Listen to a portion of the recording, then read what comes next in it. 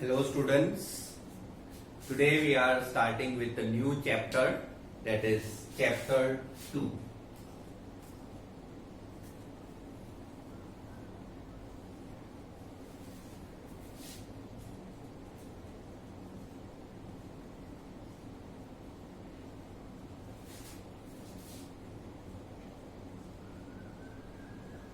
Handicrafts and Fine Arts. So please turn to page number 8.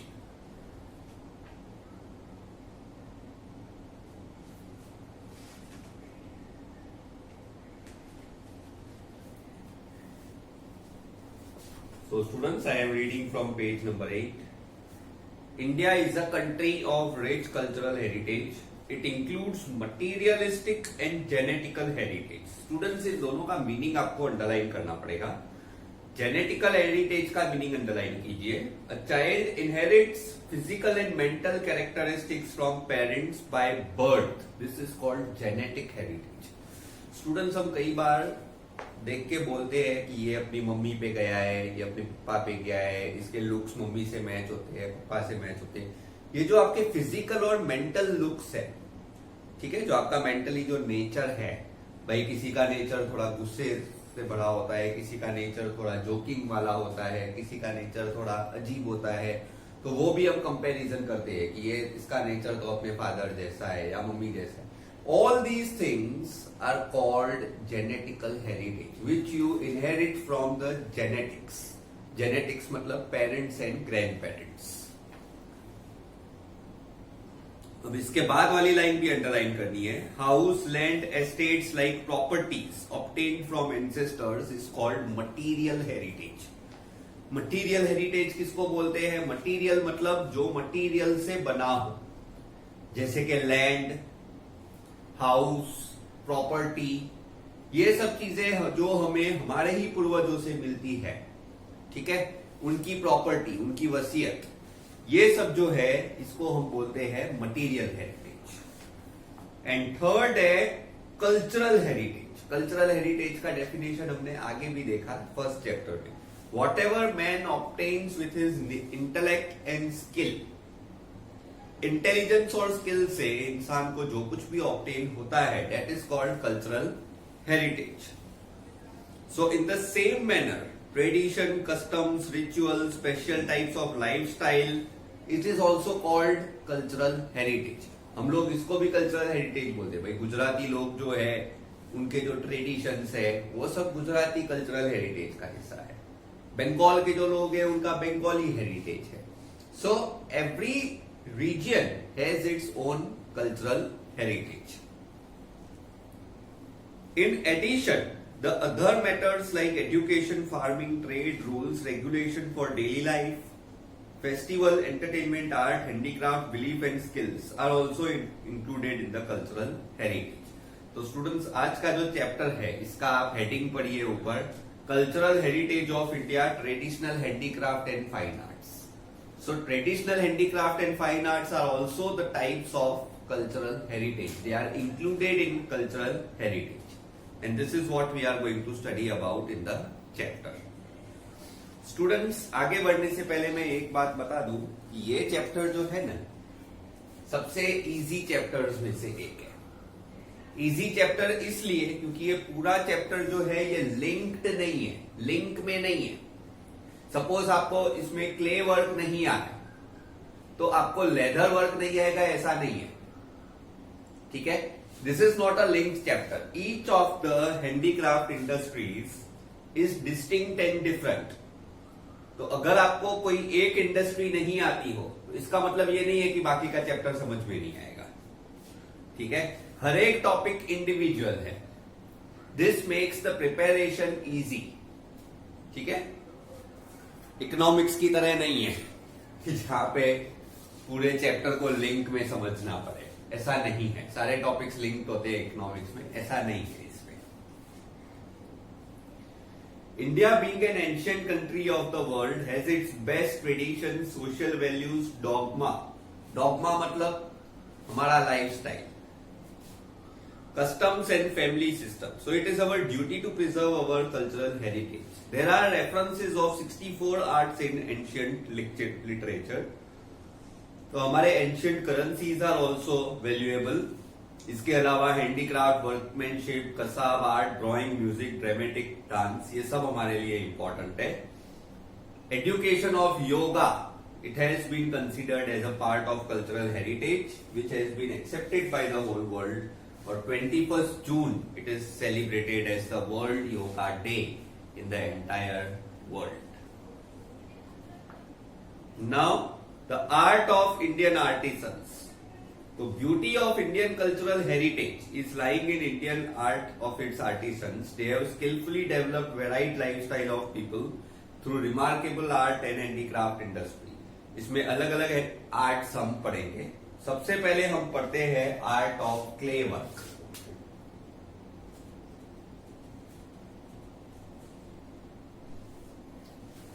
Students, clay work में सबसे पहले देखिए क्या नेसेसरी है. The whole life revolves around from cradle to grave. From cradle to grave clay is involve. ठीक है, अपने बोलते हैं ना, इसी मिट्टी से जन्म लिया है, इसी में मिल जाएंगे. तो मट्टी मतलब क्ले इन ओल्डन टाइम्स. ठीक है, ये जो हम मट्टी जिसको बोलते हैं, ने बोलते हैं ना, पूरी जिंदगी मट्टी के साथ जुड़े रहते हैं. क्योंकि जब मेटल्स इन्वेंट नहीं हुए थे तो लोग जो यूटेंसिल्स थे वो भी क्ले के ही बनाते थे. हाउसेस भी क्ले के होते थे. मतलब जन्म से लेके मरण तक हर चीज क्ले के अराउंड ही होती थी. Toys, pots, pictures, earthen lamps, clay stove, clay they were all used to store grains, milk, ghee, curd and buttermilk. तो ये वाली जो लाइन है, पॉट्स, पिक्चर्स मतलब ये बड़े पॉट्स, earthen lamps, lanterns, चूल्हा, बराबर, they were made of clay. ये सारी चीजें grains, butter milk, ghee, curd was stored in clay utensils.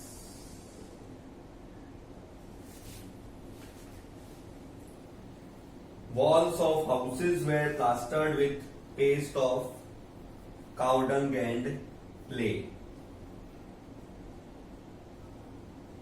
तो कुबास जिसको हम बोलते हैं, walls of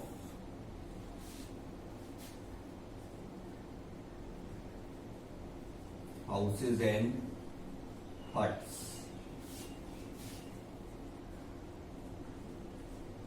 they are plastered with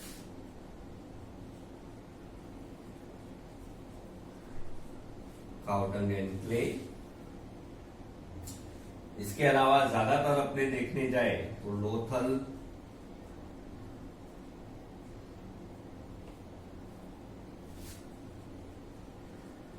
मोइंजोदारो, इसको स्टूडेंट्स बहुत सारे लोग मोहनजोदारो, मोहेंजोदारो ऐसा सब बोलते हैं. Actually it is called Mohenjodaro. ठीक है. And Harappa culture.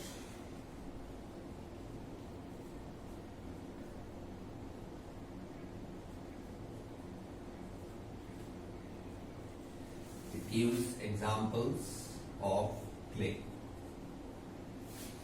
In the present times, we are also using garba in Navratri.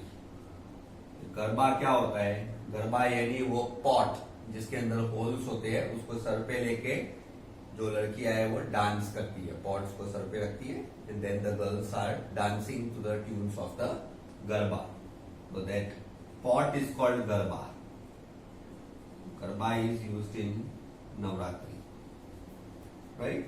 Also इसमें old and handmade clay utensils were found from Nagarjunakonda in south India. तो साउथ इंडिया की लाइन आप underline कीजिए, old and handmade clay utensils found from Nagarjunakonda. इसके अलावा baked clay और अनबेक्ड clay. अनबेक्ड clay मतलब जो हाउसेज में यूज होती है, इसको टेराकोटा क्ले भी बोलते हैं।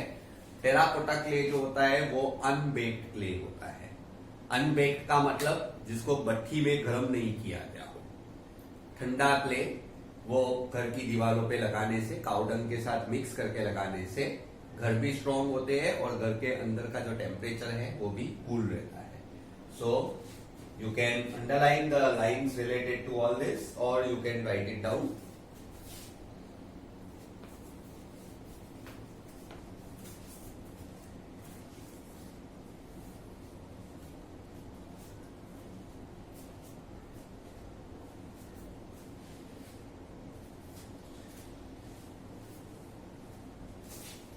Now students, next is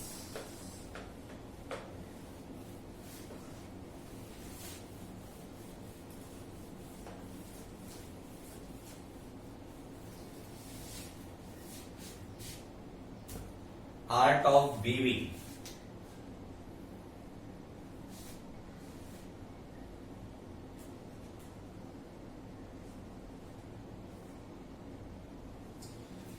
अब स्टूडेंट्स इसमें नेक्स्ट में आता है वीविंग में। तो वीविंग के अंदर आप देखोगे तो हैंड वीविंग का पैराग्राफ दिया हुआ है। इसमें India is known for textile know how since ancient times. India को अपने पुराने जमाने में आपने पढ़ा हो हिस्ट्री में, तो ब्रिटेन स्पेशली इंडिया में इसलिए आया था because India was known for high quality cotton. इसके अलावा कॉटन के पीस गुड्स, जो फाइन पीस गुड्स यहाँ पर बनते थे, ऐसी क्वालिटी ब्रिटेन के मशीन्स में भी नहीं बनती थी। So that was the prime reason England had to come to India because it wanted to trade goods of cotton as well as cotton piece goods. Now in weaving styles, इसमें हम लोग study करेंगे Indian traditional styles which we are studying here. तो सबसे पहले muslin of Dhaka. तो whole piece of cloth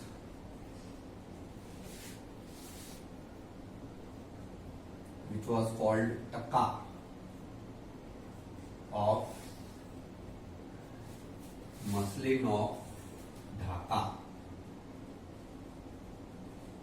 would pass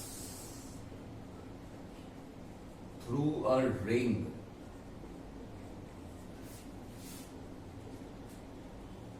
without getting torn.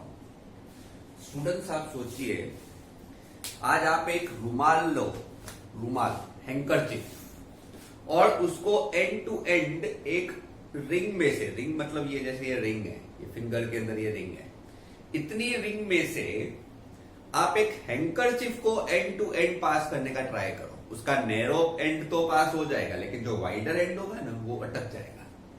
फिर या तो रिंग टूट सकती है या तो हैंकरचिफ फट सकता है, ठीक है। लेकिन ये जो मसलिन ऑफ ढाका होता है, ये इतना फाइनली वोवन फैब्रिक होता है कि इसका पूरा एक टक्का साइज मतलब around the size of a whole bedsheet, yes, bedsheet जितना वाइड क्लोथ, ये उस रिंग में से एंड टू एंड पास हो जाता था विदाउट गेटिंग टॉर्न। तो आप समझ सकते हो कि ये कपड़ा कितना फाइनली वोवन होगा। इसमें इतना डीप कंप्रेशन होने के बाद भी वो कपड़ा स्मूथली मूव होता है, मतलब उस कपड़े में थोड़ा सा भी धागा इधर उधर नहीं होगा। इतना स्मूथ कपड़ा कि पूरे रिंग में, मेटल रिंग में से वो कपड़ा निकल जाता है and without getting stuck up at a single place. तो ये आप समझिए स्टूडेंट्स कितना फाइनली वोवन फैब्रिक है। नाउ सेकेंड, गालीचा of different regions, carpet of different regions.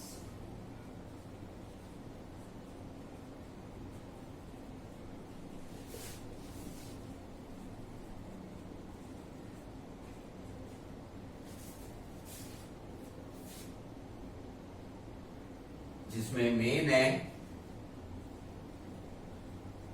Patola of Patan और दूसरा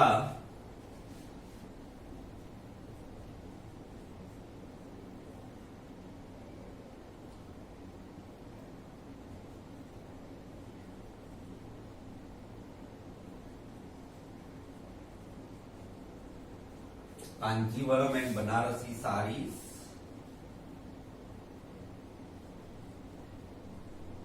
एंड बांधनी ऑफ राजस्थान। ये इनके जो कारपेट्स है, मेन कारपेट इसमें मेन आता है, इसमें पटोला ऑफ पाटन, ये बहुत इंपॉर्टेंट है। Patola of Patan students, it is a two sided weave cloth, two sided weave patola, ठीक है। और ये पटोला का जो कपड़ा होता है पाटन में, ये पटोलास ऑफ पाटन है, ये कपड़ा इतना फाइनली वोवन होता है और it can be worn on both sides. इसको बेवाड़ इक्त भी बोलते हैं। बेवाड़ इक्त मतलब two sided weaving. On either side you can wear that kind of sari. और उसमें ऐसा बोला जाता था कि पटोला फीके पर फाटे नहीं। गुजराती में सही है, पटोला फीके पर फाटे नहीं, मतलब पटोला के जो कलर्स है बराबर, वो थोड़े बहुत डिम हो भी सकते हैं लेकिन कपड़ा कभी फटेगा नहीं।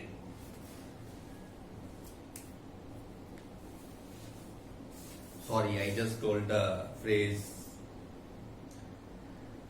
फाटे पर फीटे नहीं, मतलब डिजाइन जो है वो फेड नहीं होगी, क्लोथ फट सकता है। सो दैट वाज थोड़ा उल्टा बोल दिया मैंने, सॉरी फॉर दैट। बट इसमें लिखा हुआ है, देखिए गुजराती में, पट्टी पटोड़े भात फाटे पर फीटे नहीं। फाटे मतलब फट सकता है कपड़ा अगर बहुत जोर दिया तो, लेकिन वो घिसके कलर्स नहीं निकलेंगे। उसका जो वीविंग स्टाइल है वो इतना फाइन है कि उसके colours they remain intact even after the cloth gets torn. यहाँ पे ये during the golden era of Solanki king Gujarat has progressed in this field. Students, ये पैराग्राफ पूरा अंडरलाइन करना है। इसके पहले वाले पैराग्राफ में सिर्फ ये चीजें अंडरलाइन करनी है। ये जो हैंड वीविंग का पैराग्राफ है उसमें सिर्फ आप ये चीजें अंडरलाइन कीजिए, लेकिन ये जो पटोला है ये पूरा पैराग्राफ अंडरलाइन करना है। तो ये सिद्धराज जयसिंह के टाइम पे बहुत सारे वीवर्स पाटन में सेट हुए और ये 850 इयर्स से ये पटोला ऑफ पाटन, ये वीविंग आर्ट किया जा रहा है। Only handful of artisans have the skill for such a complicated and time consuming art, right. इसमें बेवाड़ इक्त यूज होता है। बेवाड़ ikat which was produced in Patan, in patola of Patan, और ikat means weaving. So this type of sari is designed in such a manner that it can be worn on either side, मतलब दोनों side पहन सकते हैं। इसमें गुड ड्यूरेबिलिटी है, ओरिजिनल कलर्स रिमेन इंटैक्ट। तो ये जैसे मैंने आपको बताया बराबर, तो ये पहले का जो है वो मैंने थोड़ा सा लाइन मॉडिफाई कर दिया गलती से, तो sorry for that, but now I am repeating the thing कि इसमें लिखा हुआ है, I will read it for you. पड़ी पटोड़े भात फाटे पर फीटे नहीं। फीटे मतलब वो कलर्स फेड नहीं हो, और फट सकता है मतलब अगर आपने इस कपड़े के कलर्स रब करने के ट्राई किए तो कपड़ा फट जाएगा, लेकिन कलर्स फीटेंगे नहीं। So the colors remain intact. The design laid down in patola shall never fade even if the cloth may be torn. So this is it for patola of pattern. Now next we are coming, students, to art of embroidery.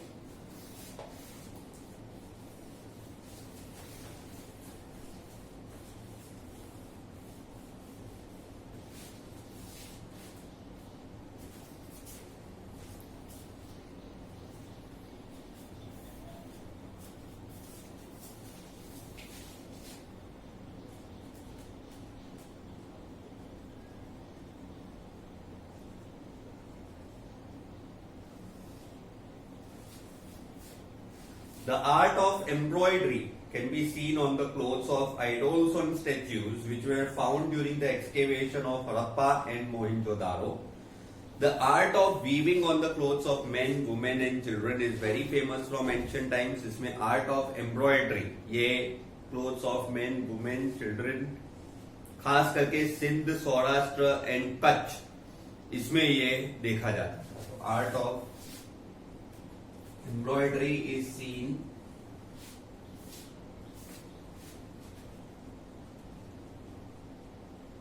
on the clothes of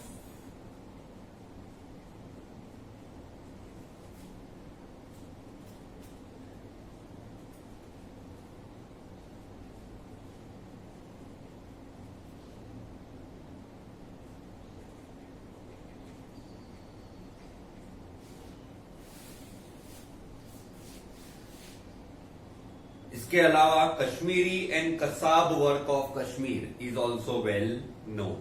तो apart from embroidery, bandhani of Jamnagar, Jetpur, Bhuj, Mandvi are very popular. Bandhani of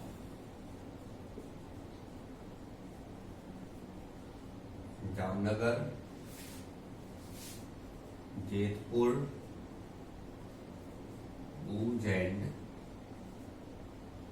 Mandvi, ये 4 जगहों पे ये बांधनी का जो कपड़ा होता है, आपको ये कपड़ा लेना हो तो खास करके लॉ गार्डन पे ये कपड़ा मिलता है. लॉ गार्डन के बाहर पूरा मार्केट है अहमदाबाद में, तो वहां पे law garden area of Ahmedabad is very famous for this type of cloth that is called bandhani. With all its luster and due to beautiful designs of elephants, puppet, dice, picture, it is very popular. इसके अलावा cottage industry was taken over by the women of Kutch and Saurashtra. तो cottage industry में वहां पे women चलाती है, और ये कॉटेज इंडस्ट्री में ये एम्ब्रॉयडरी में तोड़न, चकड़ा, पिल्लो कवर, बेडशीट, शक, शक मतलब ये जो हॉर्स होता है ना, उसके फेस के ऊपर लगा होता है कपड़ा, उसको शक कहते हैं. टोडलिया एंड केडिया, ये इन सब के मीनिंग्स आपको याद रखने की कोई जरूरत नहीं है. Just remember the words and spellings. ठीक है, आपको ये याद रखने की जरूरत नहीं है ये घोड़े के आगे का माउथ पीस है. टोडलिया जो है ये भी एक तरह का क्लोथ होता है विच इज यूज्ड. केडिया, ये सब आपको ऐसे इनके मीनिंग्स याद रखने की जरूरत नहीं है, खाली ये 3-4 नाम है इसके आप याद रखिए. चकला जो होता है ये आपको पता होगा, ये ट्रेडिशनल वॉल पीस होता है, ऐसे स्क्वायर शेप में, डोंपर शेप में होता है. Toran you already know, it is for greeting in the house. इसके अलावा क्विल्ट और shawls of different designs. Quilt आपको पता है जिसके अंदर अपने सो सकते हैं, क्विल्ट के अंदर, quilt and shawls. Embroidery work of Jat community, तो इसमें Jat community is very famous. Banni area of Kutch, ये बहुत फेमस है खास करके इस आर्ट ऑफ एम्ब्रॉयडरी. तो प्लीज आप ये इतनी जो चीजें हैं वो या तो आप अंडरलाइन कर लीजिए या तो फिर लिख लीजिए.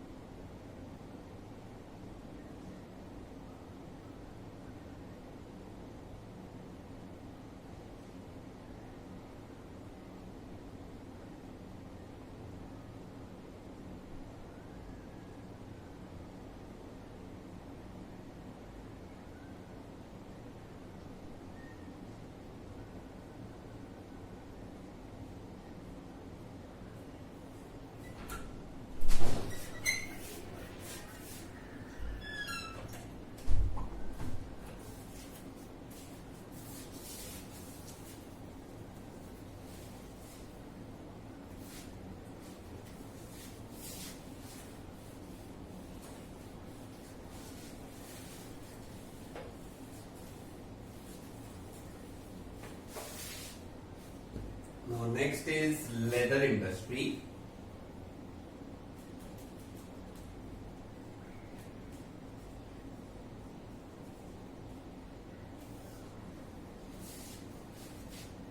लेदर में ये skin of dead animals,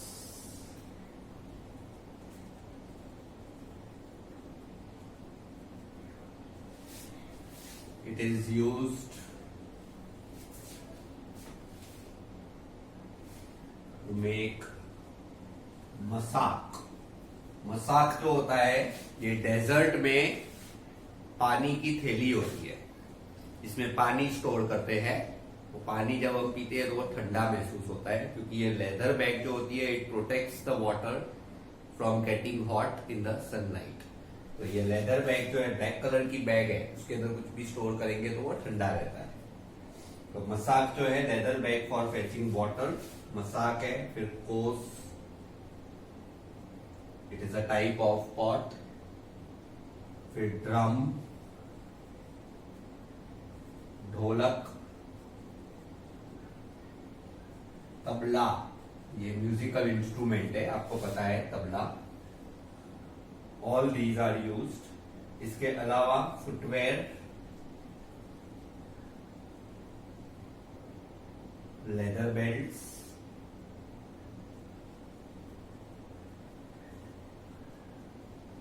etcetera, these are the things made of leather. इसके अलावा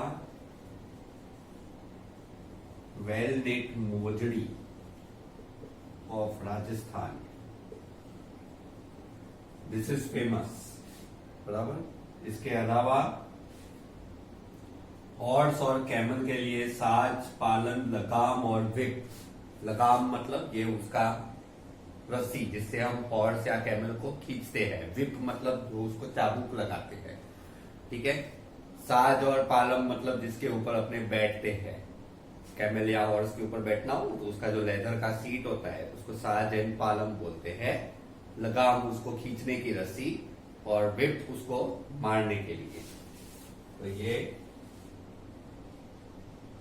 साज, पालम, लगाम and whip of horse and camel, these were also made from the leather, correct? So please note it down.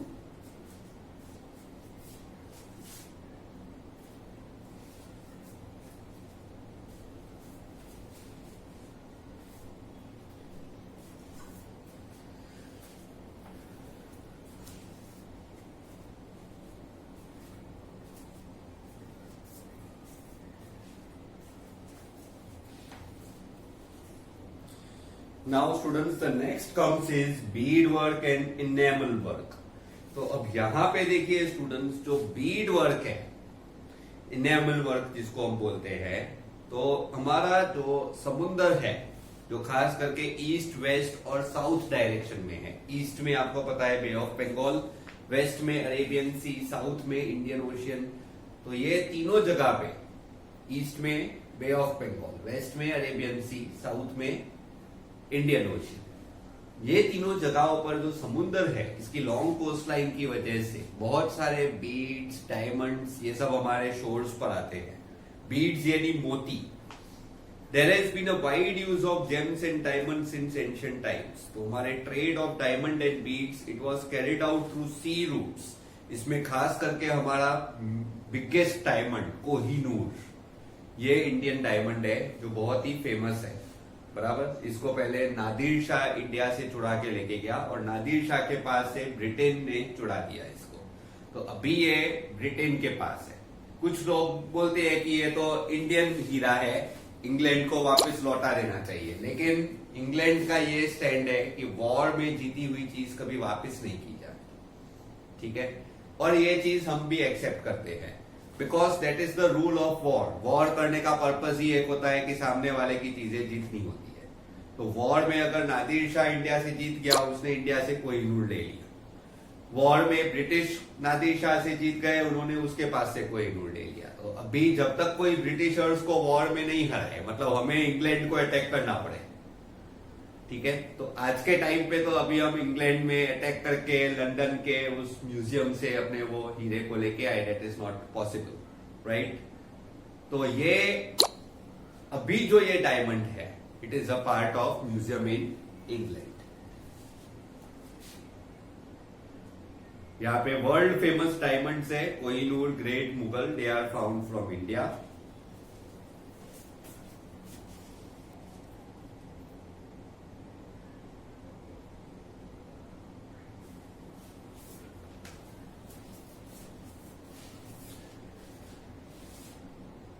इसके अलावा diamond, rubies, beads, emerald and topaz, ये अलग अलग colour के प्रेशियस स्टोन्स है।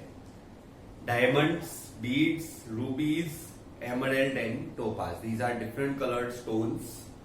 They are used to adorn and beautify the throne of crowns and jewelry like bracelet, garland, etc. तो bead work is found prominently in Gujarat, जिसमें तोरण, पच्छित, पच्छित मतलब ये जो वॉल ऑफ अ हाउस जो ये मोतियों से बनाई गई हो, ऐसे ये पार्टीशन बनाते हैं दो रूम्स के बीच में, कई बार दरवाजे नहीं होते हैं, ऐसे रस्सियां लटकी होती है मोतियों की, उसके अंदर से अपने अंदर आते हैं, इसको पच्छित बोलते हैं। पॉट्स, बारी, बारी या डोर ग्रिल्स पर भी ये लगे होते हैं। चकड़ा, that is a traditional wall piece. Decorative coconut, ये लग्न ना नारियल, लग्न के टाइम पे मतलब शादी के टाइम पे वो जो दुल्हन के पप्पा होते हैं, वो दूल्हे के हाथ में वो कन्यादान करने के लिए ये लग्न का नारियल यूज होता है, ठीक है। ये एक तरह का ऑस्पिशियस ओकेजन है which is used to denote that the father is giving away his daughter to the husband.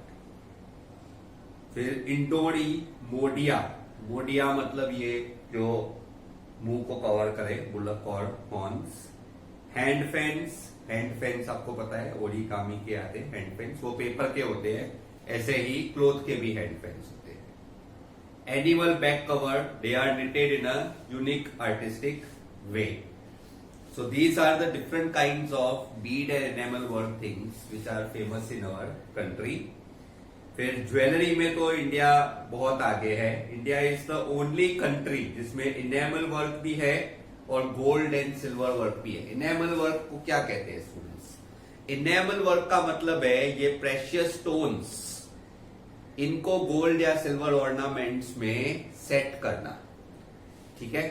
जैसे आप देखिए ये जो है ये सिल्वर में सेट है, you can see this is set in silver, ठीक है। तो ये सिल्वर रिंग के अंदर ये सेट है, तो this is also a precious stone which is set in silver, तो इसको अपने इनेमल वर्क बोलते हैं। Enamel work means artistic skill of inlaying the bright colors like red, green and blue in gold and silver ornaments. ये जो है ये जयपुर, दिल्ली, लखनऊ, वाराणसी और हैदराबाद में फेमस है, करेक्ट। तो स्टूडेंट्स इसके जो इम्पोर्टेंट पॉइंट्स है जो मैंने डिस्कस करवाए, एक तो आपको इम्पोर्टेंट पॉइंट्स में नोट डाउन करवा देता हूं।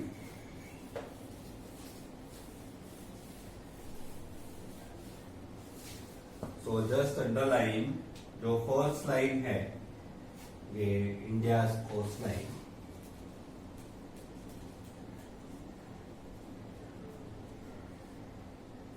बराबर 7,117 किलोमीटर, ये वाली लाइन पूरी अंडरलाइन कीजिए। फिर इसमें world famous diamonds,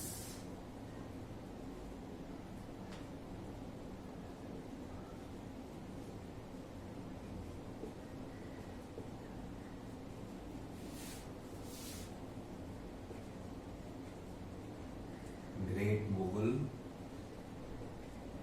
and Kohinoor, ये इसमें फेमस है।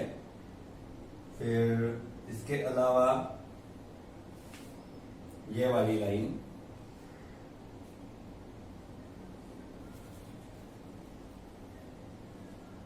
डायमंड्स, रूबीज, एमरल्ड्स, टोपास, ये वाली जो लाइन है, they are use to beautify thrones and crowns. फिर ये बीड के तोलन,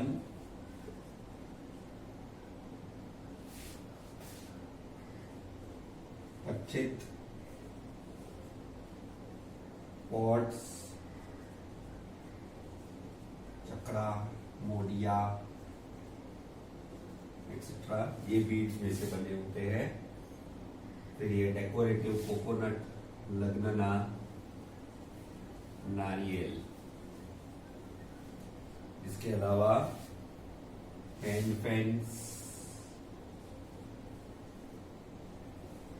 जूल यानी एनिमल कवर्स एक्सेट्रा, ये भी इसमें से बने होते हैं।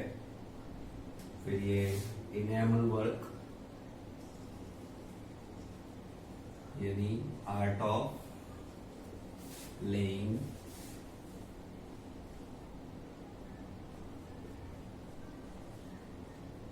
colored,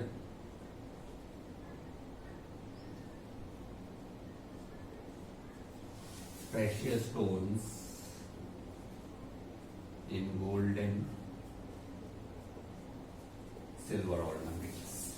तो स्टूडेंट्स ये जो पॉइंट्स है 6 पॉइंट्स, ये आंसर 3 मार्कर में भी पूछा जा सकता है। These are very important 6 points for bead and enamel work. तो या तो आप लिख लीजिए या तो इसको again as I have told you, you can underline in the text book. Either you write it down or you underline in your textbook as I have instructed. So students, here we are stopping today, right? Now next time we will continue with Zari work, right? Till then, goodbye.